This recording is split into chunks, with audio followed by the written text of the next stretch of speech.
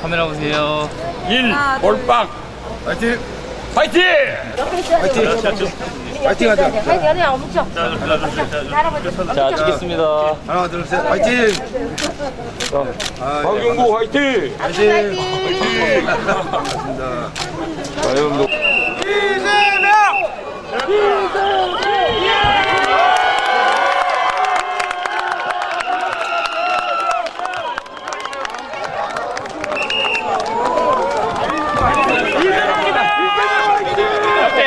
나와주세요. 나와주세요. 부산 만들어주세요. 열기 좀 부산 만들어주세요. 자, 유튜브. 자, 여기 비켜줘. 여기 나와주세요. 비켜주세요. 자 길을 열어줍시다. 자, 여기 길 좀 열어줘. 자, 여기 길 좀. 이재명이다.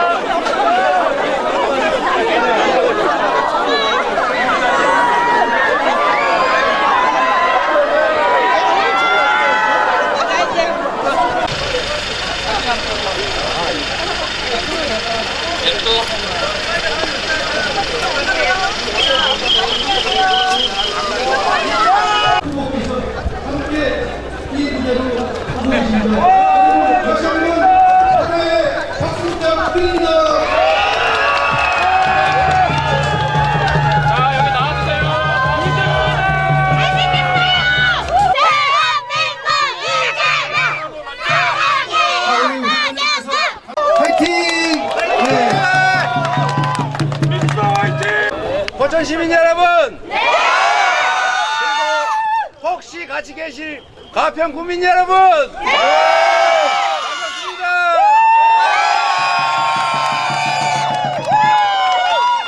그리고 이 자리에 우리 함께하는 더불어민주당의 비례정당 더불어민주연합 용해인 상임선대위원장 함께하셨습니다.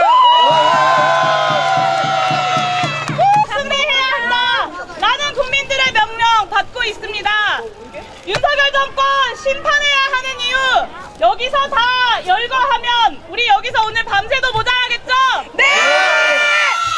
민생, 물가 엉망인데 관리할 계획도 없고, 이태원 참사, 오송 참사, 최상병 사망 사건 발생했는데 누구 하나 사과하는 사람도 없고, 특별법 반대하고 거부권 행사하고, 그 문재인 이종석 전 장관 해외로 도주시켜서 국민들 전 세계적으로 망신시키게 하는 이런 정권, 이번에 반드시 심판해야 되지 않겠습니까, 여러분?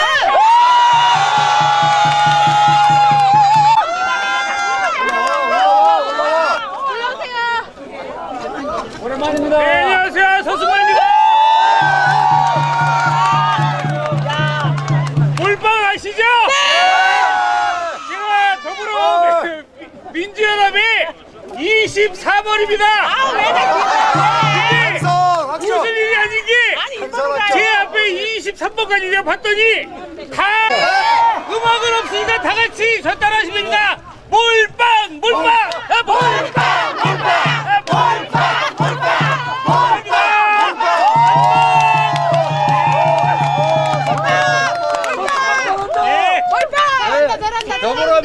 자, 비례 24번 무슨 말이야? 가능성 있어. 24번까지 당선시켜야죠. 확실하게 바꿔보자.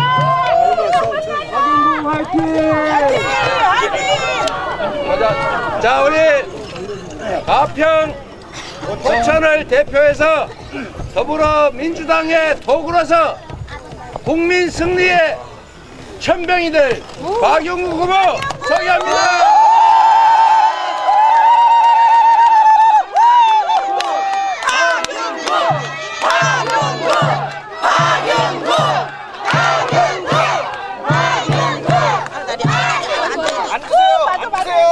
여러분들 앉으세요.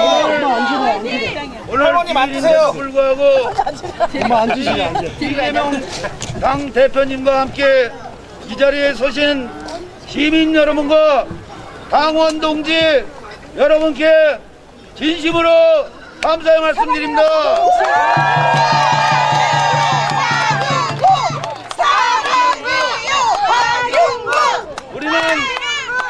우리는 분단 이후에 민주당이 포천 가평에서 얼마나 가슴 아픈 일을 겪었다는 것을 여러분들이 잘 알고 있지 않습니까? 네. 우리 포천 시민과 가평 국민이 우리 민주당의 최고의 보루입니다.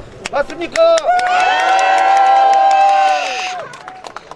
이 자리에 계신 이재명 당 대표님과 용해인 의원님과 우리 이번에 4월 10일 선거에서 반드시 승리해서 돌아오겠습니다.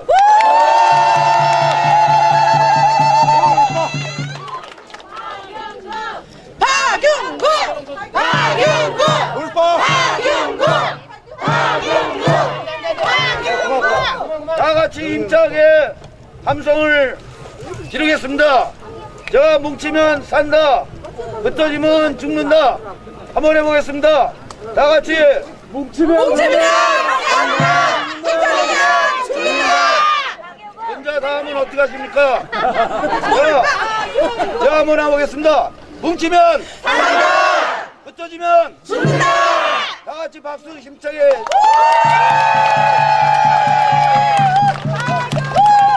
박용구! 박용구! 박용구!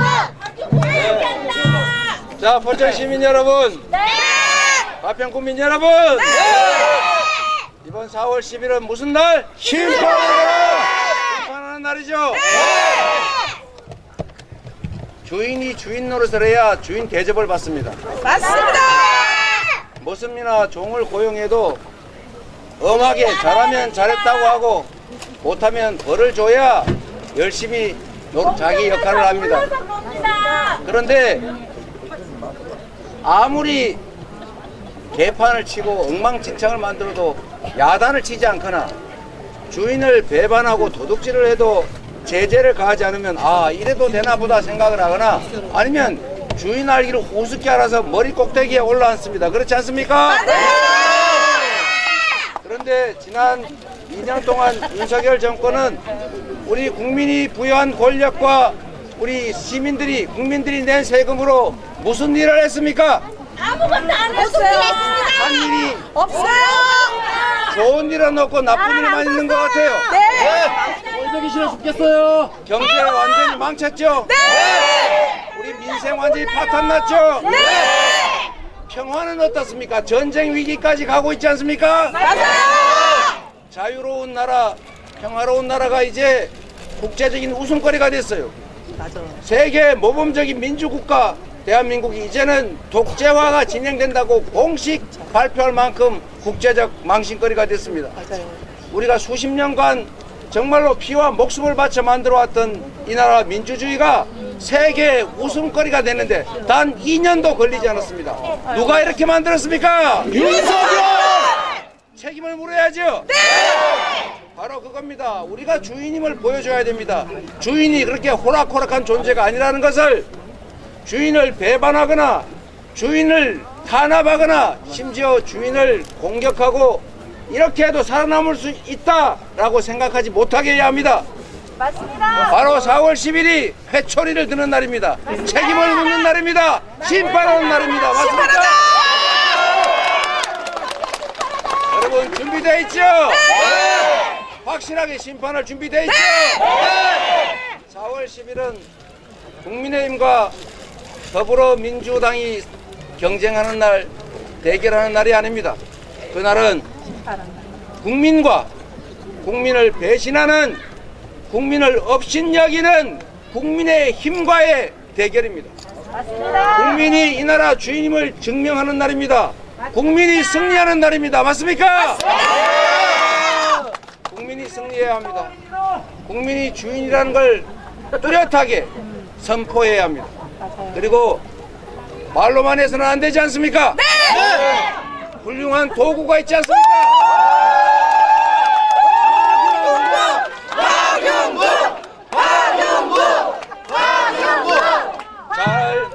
잘 준비된, 그리고 역량 뛰어난, 그리고 지금 포천시장으로서 실력을 확실하게 보여준 박윤구 후보가 더불어민주당의 대표 선수로서 여러분의 승리를 이끌겠습니다.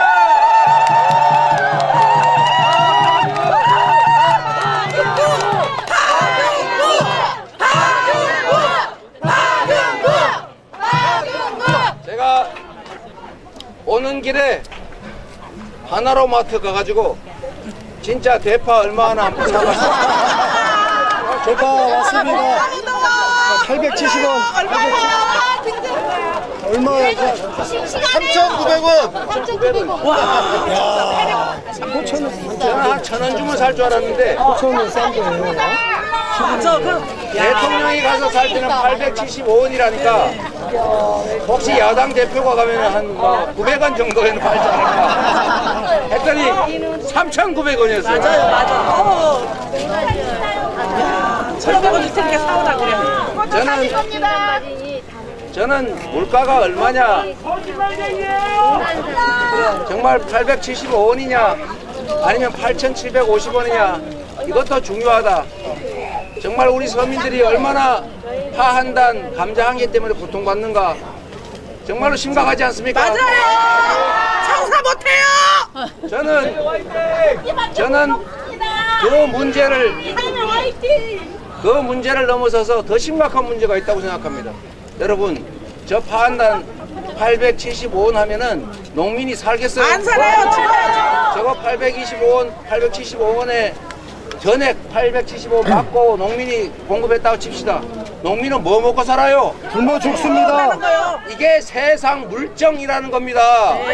맞아요. 어떻게 875원이다, 합리적인 가격이다 할 수가 있습니까? 만약에 제가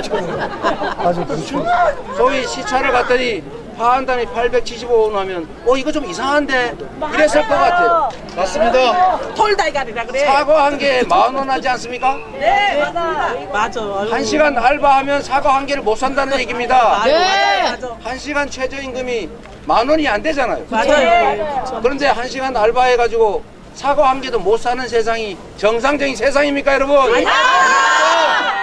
물가를 관리하는 거, 경제를 활성화시키는 거, 일자리를 만드는 거, 기업들이 국제적인 기업 수출 활동을 잘할 수 있게 만드는 거, 이게 정부가 하는 일 아닙니까? 맞아요.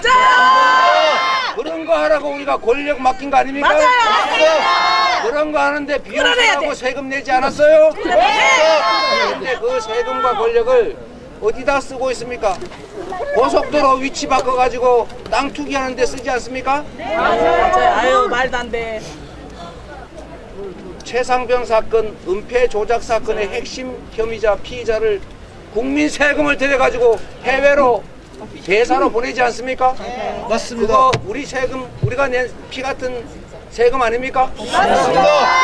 도대체 국민과 국가를 위한 살림을 해달라고 일을 맡겼더니 국민과 국가를 위해서가 아니라 사적 이익을, 사복을 채우고 있어요. 권력을 사유화하고 있습니다. 이제는 정신 차리게 해야 되겠죠? 네! 이렇게 해서는 민주공화국 대한민국의 권력을 맡을 자격이 없구나, 자칫 잘못하면 이 권력을 박탈당할 수 있구나 라고 생각하게 해줘야 되지 않겠습니까? 이게 바로 이번 4월 10일 선거입니다. 그래서 심판의 날입니다. 이 심판의 날에 우리 확실하게 심판해서 그런 식으로 하면 결코 이 나라의 국민의 살림을 맡을 자격이 없다. 자격을 박탈당할 수도 있구나 생각하게 해주십시오.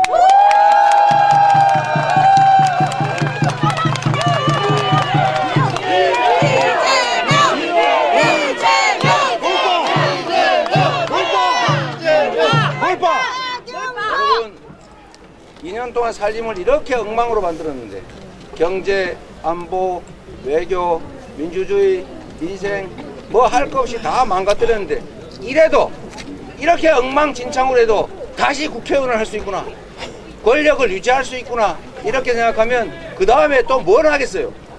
계속하는 건 당연하고 더 심하게 할 것 아닙니까? 네! 이번에는 멈춰 세워야죠. 네! 박용국을 국회의원으로 만들어서 경고장을 보내야 된다. 맞습니까?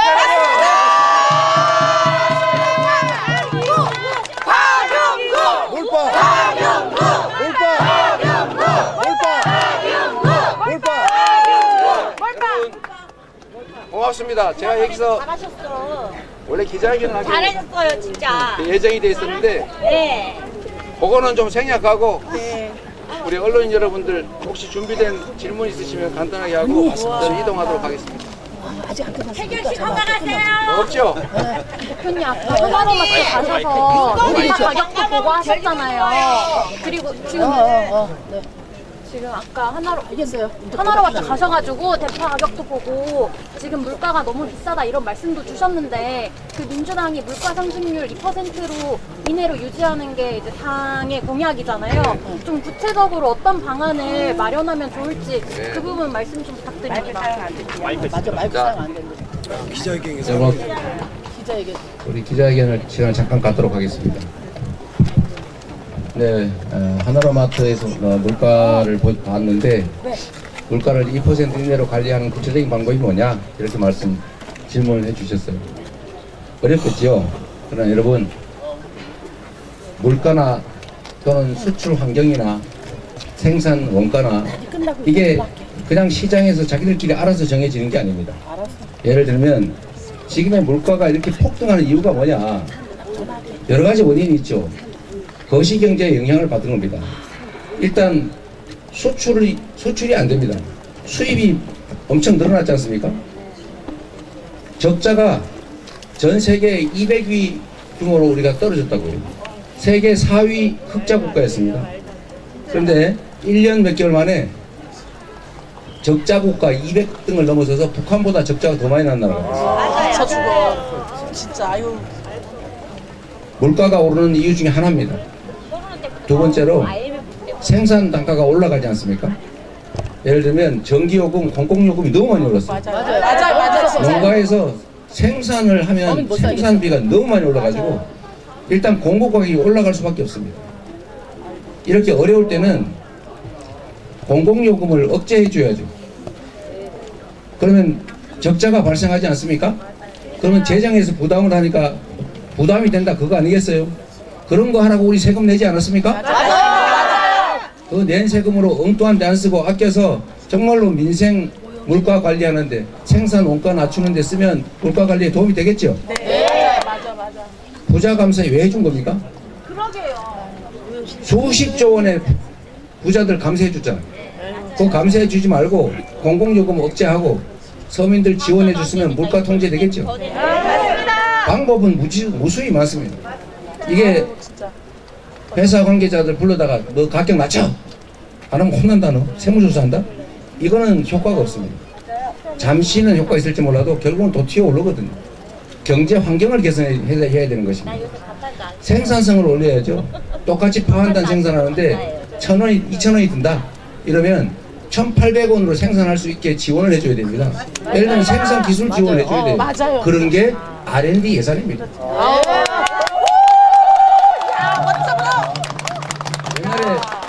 옛날에 쌀 한 가마 생산하는데 노동력이 많이 들었잖아요. 네. 기술 개발해가지고 기계로 생산하니까 생산 원가가 확 떨어지잖아요. 쌀값이 낮아지잖아요. 똑같습니다. 모든 요소에 이 물가가 들어있는 겁니다. R&D 예산을 대규모 삭감해가지고 기술 개발을 못하게 한다는 거예요. 또 이런 것도 있습니다, 여러분. 인건비가 너무 비싸지고 있어요. 일하고 싶지가 않습니다. 그런데 세상에 이런 사람들이 있습니다. 일하고 싶은데 혹시 기초생활수급자 탈락할까 봐 일 안 하는 사람이 있어요.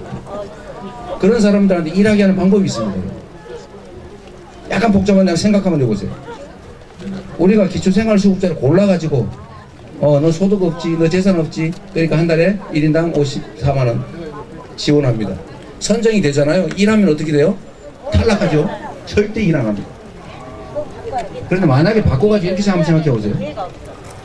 모든 국민에게 50만원씩을 다 지급한 다음에 능력 있는 사람한테 50만원 도로 받아요. 똑같죠, 재정은? 똑같은데 나 지원받는다고 일 안 할 이유가 없죠. 맞습니다. 노동을 회피할 이유가 없으시지 않습니까? 이것도 매우 어려운 과제이긴 하지만 정책 중에 하나예요. 그걸 몰라요. 또 이런 것도 있습니다, 여러분. 여기 연천이 바로 옆에 있죠. 네. 청산면이라고 있죠, 거기에. 제가 경기도지사를 할 때 여기가 인구가 계속 너무 빨리 줄어드니까, 시골이라서, 농촌이라서 줄어드니까 지금 하고 있죠. 1인당 15만원씩 연천, 청산, 면민에게는 돈이 많든 적든 식구가 많든 적든 아이든 어린이든 가리지 않고 15만원씩 지급하고 있지 않습니까? 그 청산면 인구 늘어나고 있죠. 제가 보고받을 때는 인구가 늘어났습니다.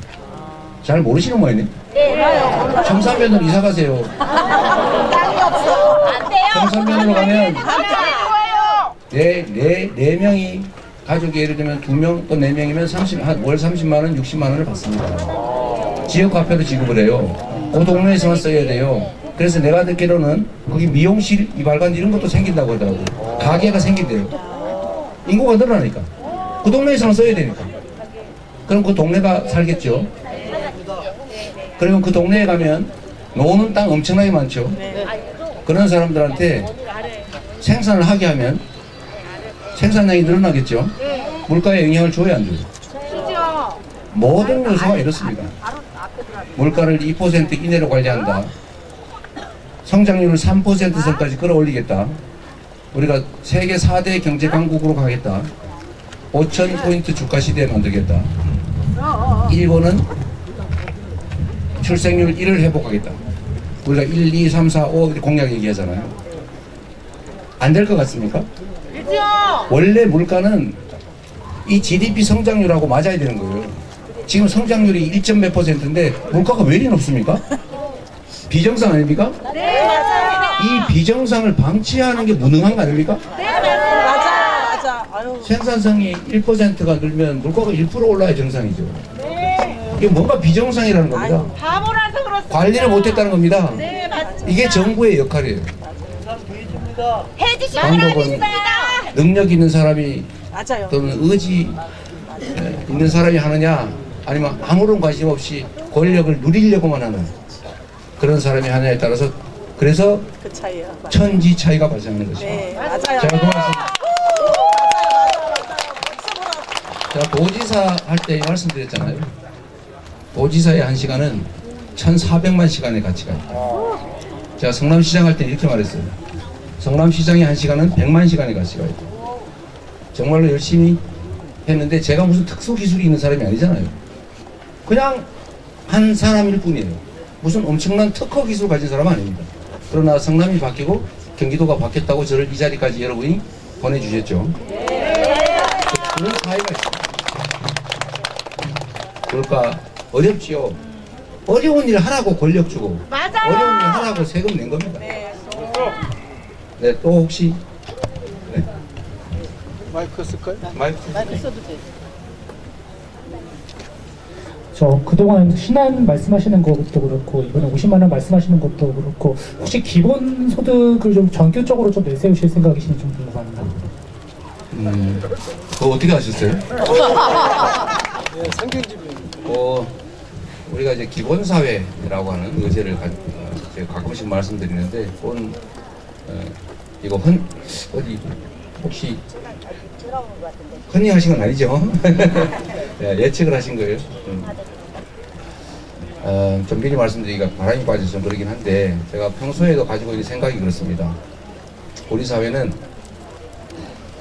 우리 구성원, 국가 구성원 중에 굶어 죽는 사람은 없게 하자 라는 그런 관념을 가지고 있잖아요. 그래서 골라가지고 죽지는 않게 살아남을 수는 있게 해주는 게 그게 복지국가입니다.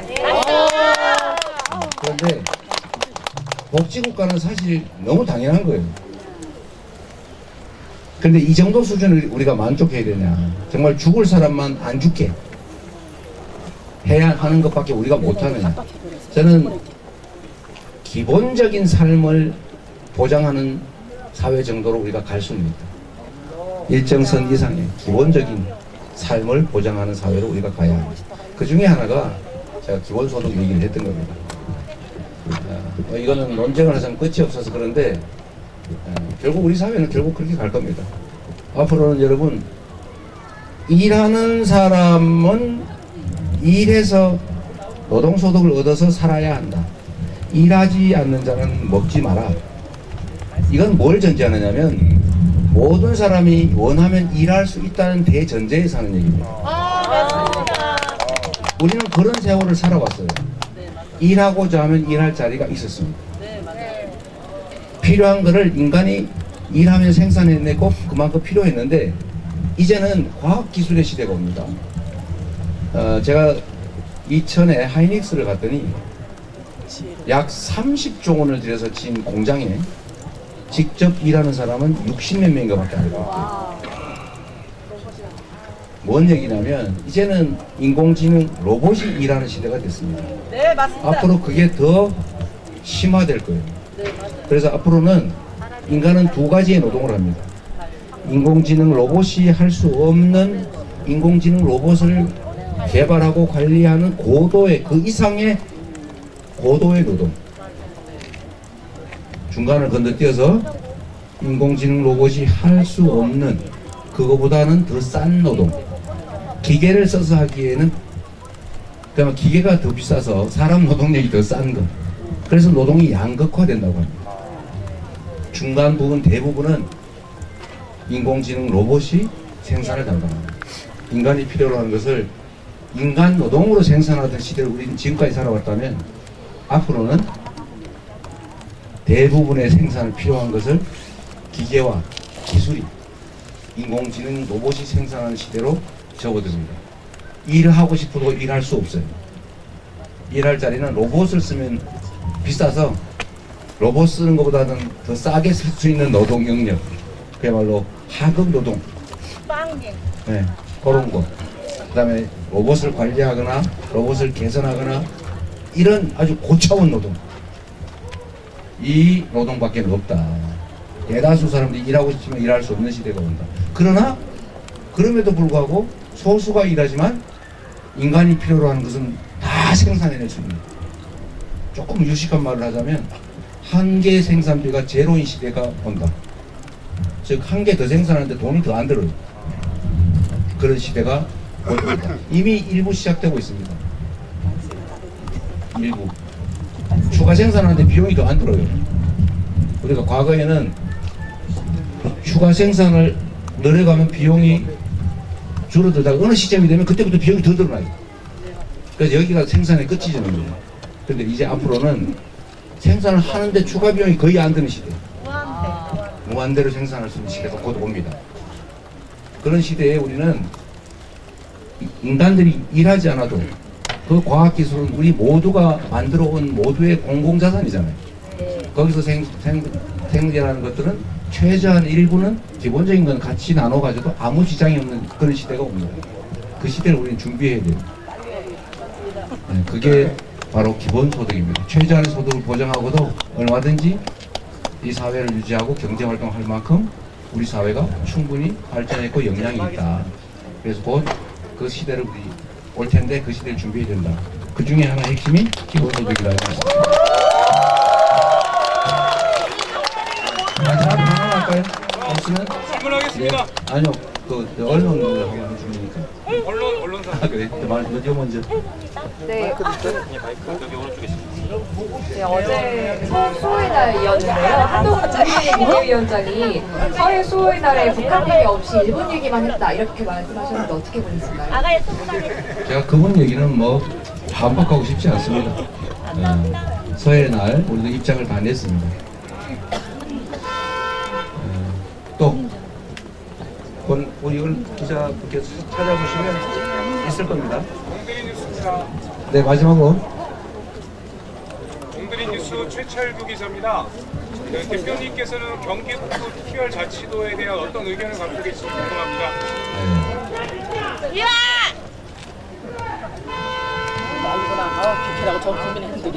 네, 지나가는 분은 불편하다 보니까 자, 여기서 마치도록 하겠습니다. 수고하셨습니다. 고맙습니다.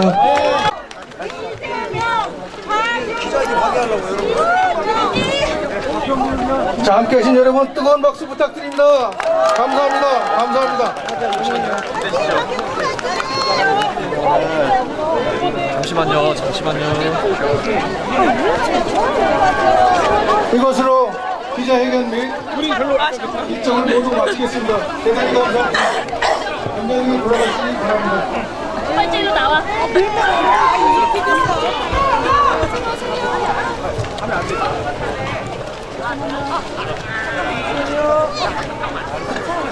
파이팅 하십시오!